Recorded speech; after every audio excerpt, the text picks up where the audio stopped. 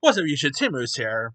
Well, the Sundance Film Festival 2025 lineup has been announced, and Sundance has always put out, there's always been some interesting movies to come out of Sundance. I never really been to Sundance or anything like that, but there have been some really solid films that did premiere at Sundance, and of course, this past year saw the release, A Different Man was had its premiere at Sundance. What else premiered at Sundance this year? Oh yeah, A Real Pain, and obviously they're getting some Oscar buzz. So lots of interesting films to come out from there. So here are the films that are set to have its world premiere at Sundance. All right.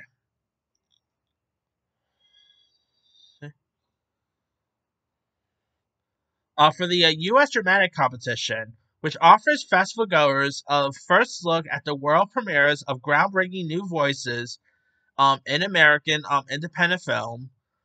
Films that have premiered in the category in recent years include the likes of Didi, A Real Pain, Coda, The Farewell, Eighth Grade, Minari, etc. All right. Etropia. Sorry if I mispronounced some of these, by the way. Um, which is from writer and director Haley Gates. It stars Alice Swarkat, who I always liked on Arrested Development. Callum Turner, Jane Levy, Chloe Savagny. This is actually produced by Luca Guadagnino. He's always great. When an aspiring actress in a military role playing facility falls in love with a soldier cast as a insurgent, their unmutilated emotions threaten to derail the performance. Cool. We got Bubble and Squeak, which is from Ryan director Evan Toei, starring Amesh Patel, Sarah Goldberg. We got Stephen Yun. Accused of smuggling cabbages into a nation where cabbages are banned. That's a weird place, a weird nation, but anyway. Declan and Doris must confront the fragility of the new marriage while on the run for their lives. A place where cabbage is banned? That's interesting there. Alright, we got Bunny Lover from writer and director Katrina Zayu. She also stars in this, along with Rachel Sennett, who I adore. Rachel Sennett, she's become one of my favorites in recent years. It's where a drifting Chinese American cam girl struggling to navigate an increasingly toxic relationship with one of her clients while rekindling her relationship with her dying estranged father. Could be interesting there. A film about a cam girl. Okay. Oh, we got Love Brooklyn from writer and director Rachel Abigail Holder. This features the likes of Andre Holland, who I think is always terrific. He was in Moonlight and many others. Nicole Berry, DeWanda Wise, Roy Wood Jr., Cassandra Freeman, who of course is on Bel Air. Three longtime Brooklynites navigate career, love, loss, and friendship against the rapidly changing landscape of their beloved city. As a New Yorker, this definitely piqued my interest. We got Ohamama. Uh, Ohamama, I think. Anyway. It's directed by Cole Webley. It stars John McGarrell, who I think is really terrific. After a family tragedy, siblings Ella and Charlie are unexpectedly woken up by their dead and taken on a journey by their dad, my bad, and taken on a journey across country, experiencing a world they've never seen before. As their adventure unfolds, Ella begins to understand that things might not be what they say. I like John McGarrell. He's also in that September 5, which I'm actually interested in seeing. All right, we got Pain Clothes from writer and director Carmen Emme. It stars Tom Blythe, who recently was in that Hunger Games Battles of Songbird and Snake, which I didn't care much for, but him and Rachel Zegler were both pretty solid in that. Here's what this film is about. A promising undercover officer is assigned to lure and arrest gay men, defies orders when he falls in love with his target. That has A24 written over it, to be honest. For some reason, this sounds like a movie that Luca Guadagnino will have directed. I don't know why. This really sounds more like a Luca film. But anyway. We also got Ricky, directed and written by Rashad Fred, starring Stephon James, Titus Welliver, Abbott Elementary's Cheryl Lee Ralph. And here's what this one's about. Newly released after locked up in his teens, 30-year-old Ricky navigates the challenging realities of life post-incarceration and the complexity of gaining the independence for the first time as an adult. I like Stephon James. He's a pretty cool actor. We got something called Sorry Baby, where like something bad happens to Agnes, but life goes on for everyone around her. Stars Naomi Ackie, Lucas Hedges, directed and starring Ava Victor. Doesn't really give you much more information than that. But anyway. We got Sunfish, which is actually a fishing film, which you don't see many fishing movies nowadays. But here's what this is about. Written and directed by Sierra Falconer. Sounds like Sophia Falcone from Penguin. But anyway. Lives intertwine around Green Lake as the girls learn to sail. A boy fights for the first chair. Two sisters operate a bed and breakfast, and a fisherman is after the catch of his life. Yeah, could be interesting. We got Twinless, starring Dylan O'Brien and starring and directed by James Sweeney. I love Dylan O'Brien, by the way. Two young men meet in a twin bereavement support group, form an unlikely bromance. That could be interesting. Dylan O'Brien, by the way, he was really good at playing Dan Aykroyd in Saturday Night this year. So he's always great. Like, he's not always in the best stuff, but when he actually is in some good stuff, he could act pretty well. All right. Now the U.S. documentary competition, which had, of course, this is with all the documentaries. Here are lots of documentaries that came out from it, include the likes of Sugarcane, America Factory, Three Identical Strangers, etc. I'm not sure if Super Slash Men came out from there, but anyway. One of them, of course, is Andre is an Idiot. Okay. Directed by Anthony Brenna, and Andre Riccardi is a producer on this. Andre is a brilliant idiot who is dying because he didn't get a colonoscopy. His sobering diagnosis, complete inverse and insatiable curiosity sends him on an unexpected journey, learning how to die happily and ridiculously without losing his sense of humor. Interesting. Life After, where like in 1983, a disabled Californian woman. Oh, this by the way is directed by Reed Davenport.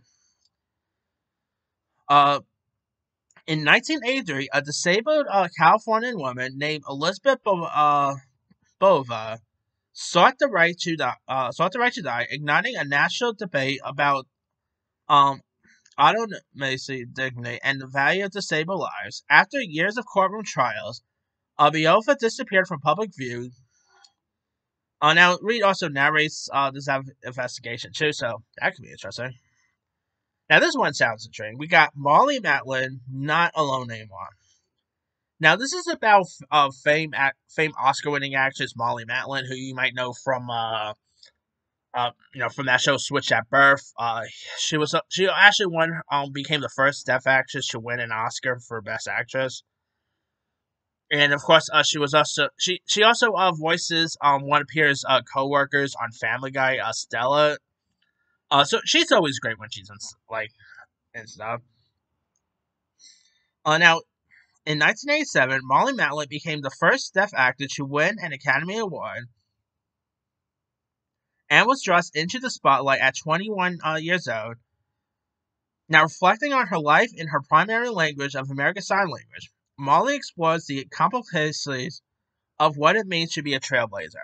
I adore Molly Matlin. I've always liked her and stuff, and it's always cool seeing her like seeing her around and more stuff here. I mean, Molly Madeline, who doesn't love her, right? She's a trailblazer right there.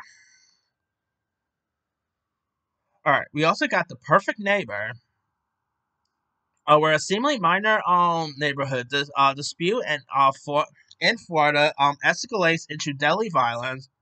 Police body cam footage and investigative interviews expose the consequences of Florida's stand your ground laws. Interesting. Now this one sounds intriguing too. We got Predators. Now this is actually about the iconic TV show To Catch a Predator, which was one of a popular television show designed to hunt down child predators and lure them to a film set where they would be interviewed and eventually arrested. An exploration of the rise and trajectory of the show and the world it helped create. That sounds intriguing. Like, I'm not gonna lie, I remember watching To Catch a Predator. And yeah, sad that there's still creep boys out there doing this, and yeah, and who did not love Chris Hansen, right? So I'll definitely give this one a go. All right. We also got the film Seeds, directed and produced by Brittany Shane. An exploration of Black generation farmers in America's South reveals the fragility of legacy and significance of owning land. It'll be interesting. We got the documentary about famed singer Selena. Of course, Selena Y Las Dinos. Not sure what that means in Spanish, in English, to be honest. Yeah. Uh, but it's directed by Isabel Castro. Selena Quintana, the queen of Tejano music, and her family band, Selena Y Las Dinos, rose from performing at quinceañeras to selling out stadium tours. The celebration of her life and legacy is chronicled through never-before-seen footage from the family's personal archive. This sounds interesting. I mean, obviously we had seen movies about Selena before. Most notably the one with Jennifer Lopez. Most recently, we had the Netflix series a couple years back. I'm intrigued to see a documentary here. I mean, Selena, she was like a music legend, gone way too soon, and if I recall correctly, her kill was supposed to be out in 2025. Yeah, I don't know how she's getting on parole. I don't know why they're letting her go next year, but okay, we'll see what happens there. All right. But by the way, if you guys never seen the movie Selena, it's a really intriguing one. Very sad, but a really good flick there. We got Speak, which were five top-ranked high school oratory students spent a year crafting spellbinding spoken word performances with the dream of winning one of the world's largest and most intense public speaking competitions. That could be interesting. We got Sugar Babies. Okay, okay, Jack. Uh, where Autumn is an enterprising college scholarship recipient, and a TikTok influencer. Oh, TikTok influencers. Yeah. Part of a close circle of friends growing up in poor rural Louisiana, she is determined to overcome the struggles and barriers defining them. Faced with a limited minimum wage job option, she devises an online sugar baby operation. Okay, sounds cool, I guess. Anyway, uh, there's also Third Act, where generation of artists called Robert A. Nagamura, the godfather of Asian American media. The filmmaker Nakamura calls him dad. Robert's diagnosis of Parkinson's disease leads him to exploration of art, activism, grief, and fatherhood. That could be pretty interesting. Now, World Cinema Dramatic Competition. The narrative features films from emerging talents around the world, offers first perspective and innovative style of films. Now, films that premiered here include the likes of Scraper, Denial, The Guilty, not the Jake Gyllenhaal one, the original one. All right. The films here we got Brides, which is coming from the UK, where two teen girls in search of freedom, friendship, and belonging run away from the troubled lives with a misguided plan to travel to Syria. We got DJ Ahmed, which is being released by Chiz Republic, where where Ahmed is a 15-year-old from a remote Yorick village in North Macedonia, finds refuge in music while navigating his father's expectations in a conservative community and his first experience with love. So, is that could be interesting, guys? We got a Hong Kong film called Luz, which stars Isabel Hubbard, who of course got an Oscar nomination for that movie. I think it's called Elle, if I'm not mistaken. In the neon lit streets of Chongqing, Wa, desperately searches for his estranged daughter Fa, while Hong Kong gallerist Ren grapples with her ailing stepmother Sabine in Paris. Pretty cool, right there. We got Saber Banda. Some of these I'm actually because some of these I'm just actually gonna rapid fire. We got something from the India and UK called Sabah Banda. A movie from Denmark called Siona. A film from France called Sakwan Island. Again, sorry if I'm mispronouncing some of these. A film from Turkey called The Things You Kill. A film from Canada called Two Women. A film from Mexico called The Virgin of Quarry Lake. A film from Where the Wind Comes from France. Now, the World Cinema Documentary Competition films here that premiered here before include the likes of The Eternal Memory or That Breeze, etc. All right. 2,000 meters to Enervika, which is from the Ukraine. Coexistence, My Eight Double Snakes. Okay. Where comedian unknown Shuster Yelisi creates a personal and political one-woman show about the struggle of equality in Israel and Palestine. Pretty cool right there. All right. We got Cutting Through Other Rocks, where Iron Man from Iron Man and Germany. We got The Dating Game from the U.S. and U.K. Where like in the country where eligible men greatly outnumber women. Three bachelors join an intensive 7-day dating camp led by one of China's most sought after dating coaches. So there's that. We got Endless Cookie, where exploring complex bond between two half brothers, one Indonesian and one white, traveling from the present in isolated Samawada to bustling 1980s Toronto. We got a movie called Jen from France, Italy. How to Build a Library from Kenya. Quattro from the UK. Mr. Nobody against Putin. Okay, some sort of most likely Vladimir Putin, I'm guessing. We got something called Prime Minister. Now some other ones from something called Next. Where like pure, bold, distinguished by forward-thinking approach to storytelling populate this program. Films that premiered here includes Lil Def, Skate Kitchen, which I enjoy Skate Kitchen. A Ghost Story, Tangerine, which was some really good stuff right there. Films premiering here we got BLK News Terms and Conditions.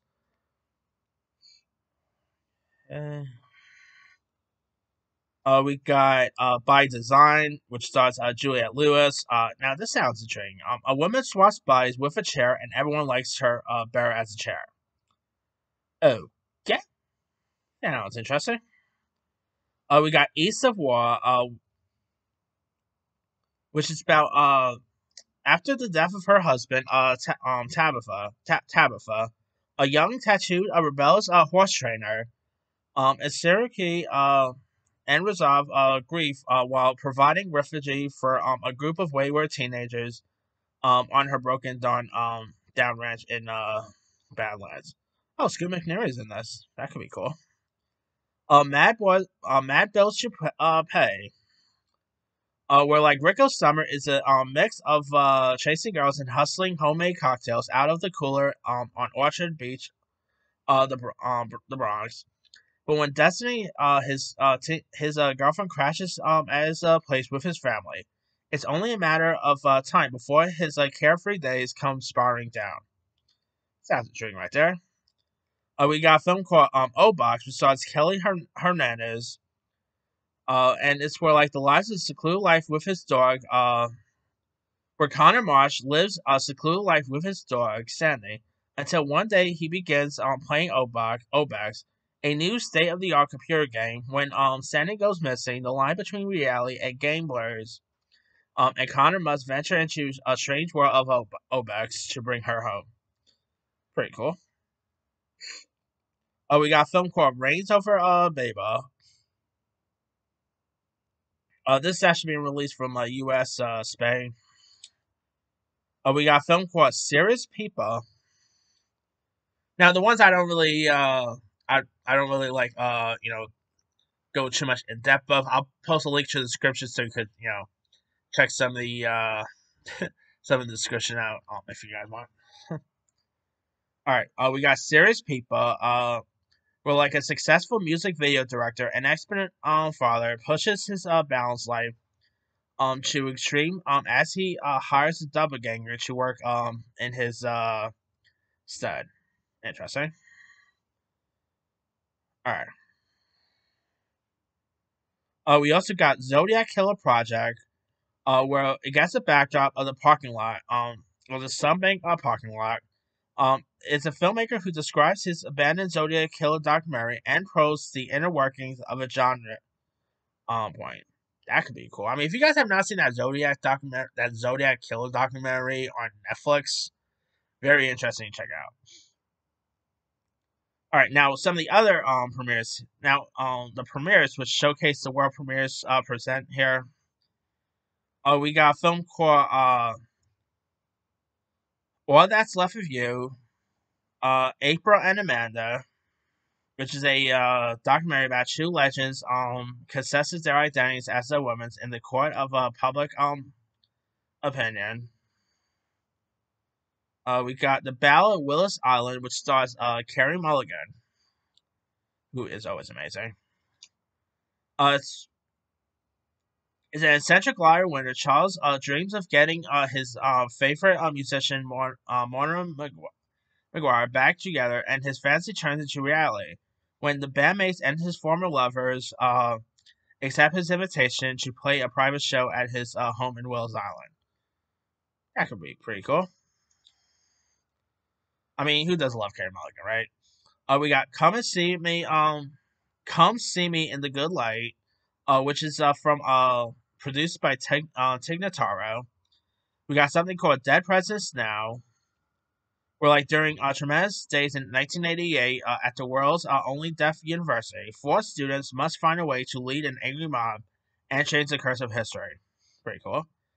We got Folk Tales, where like on the prize piece of adulthood, teenagers cover a traditional folk high school in Arctic Norway, drop at the edge of the world.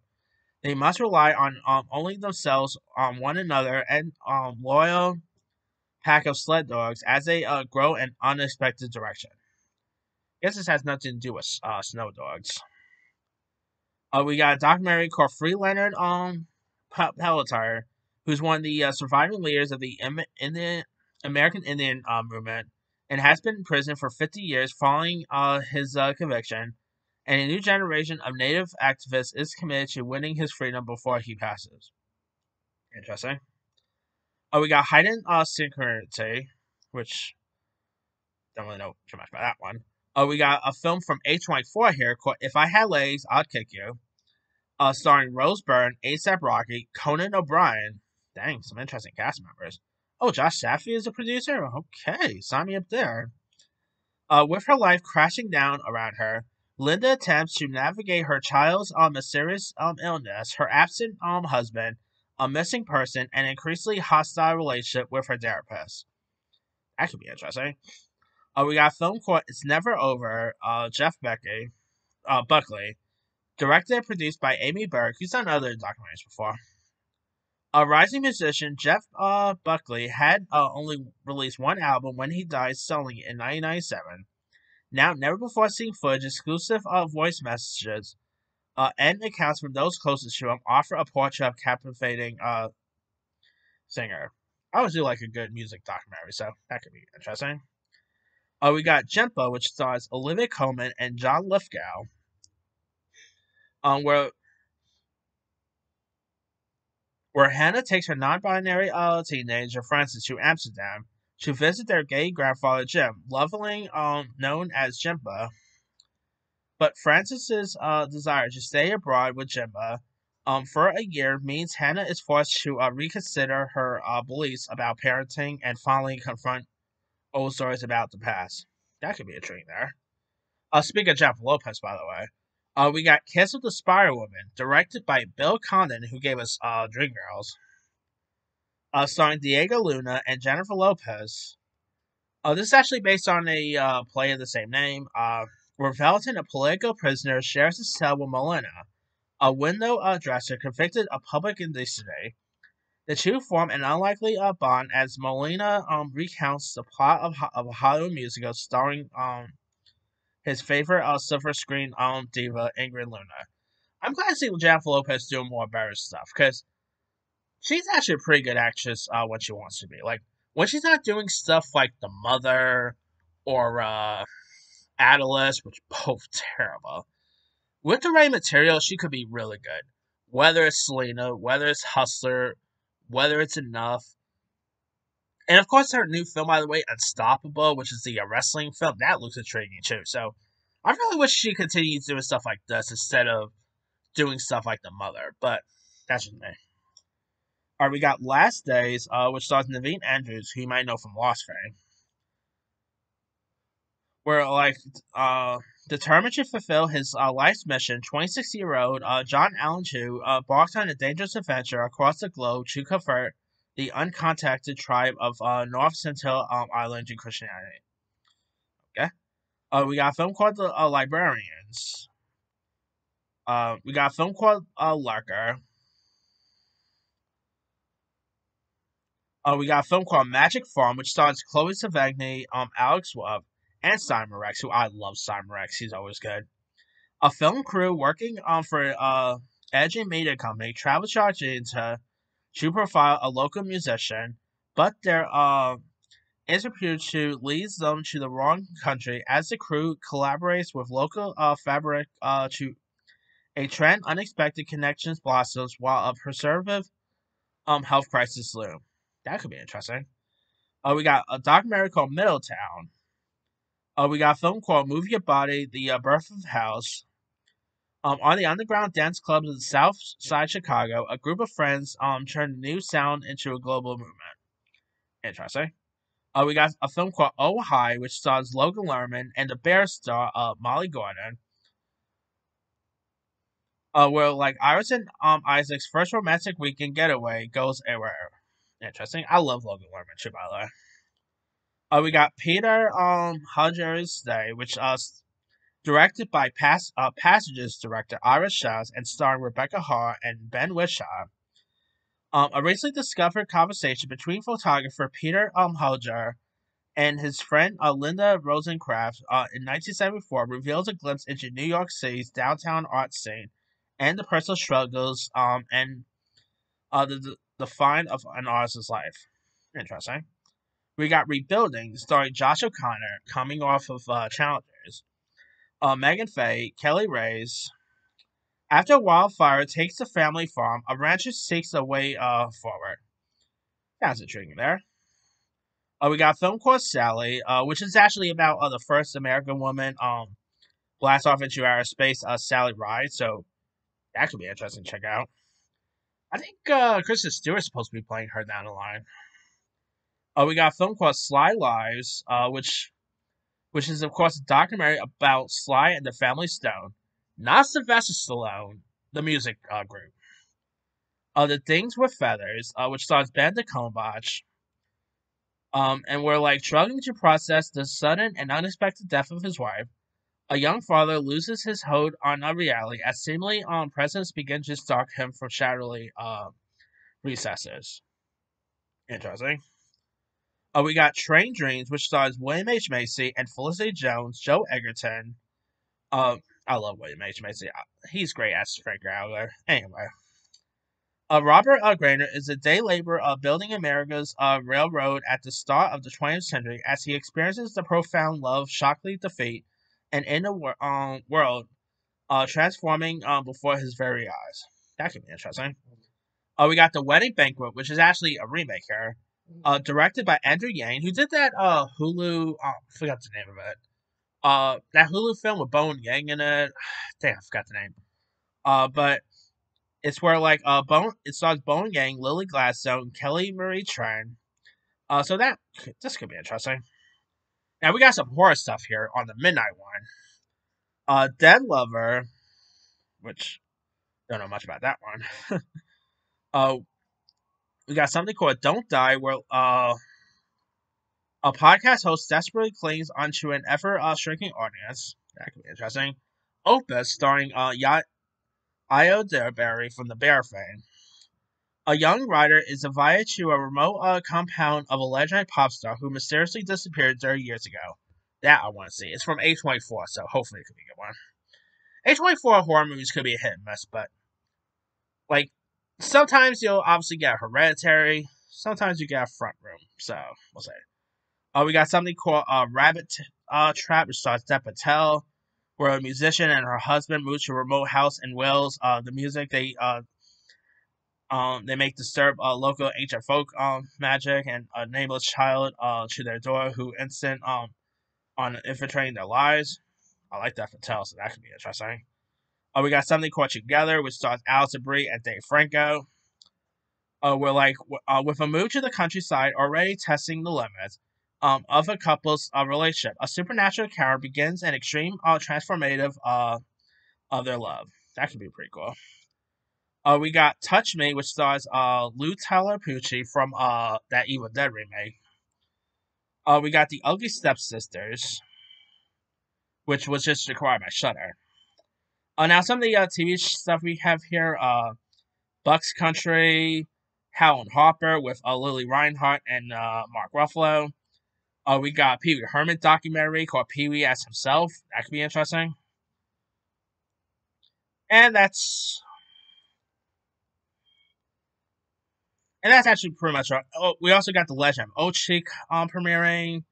That's pretty much all I'm going to talk about. Again, I'll leave a link to the description so you can check out some of the other stuff. And the Sundance will be from January 23rd to February 2nd. Let me lead you guys. Which of these films premiering at Sundance are you interested in? Drop comments below. Don't forget to like, subscribe, hit that bell for notification. This is Simon.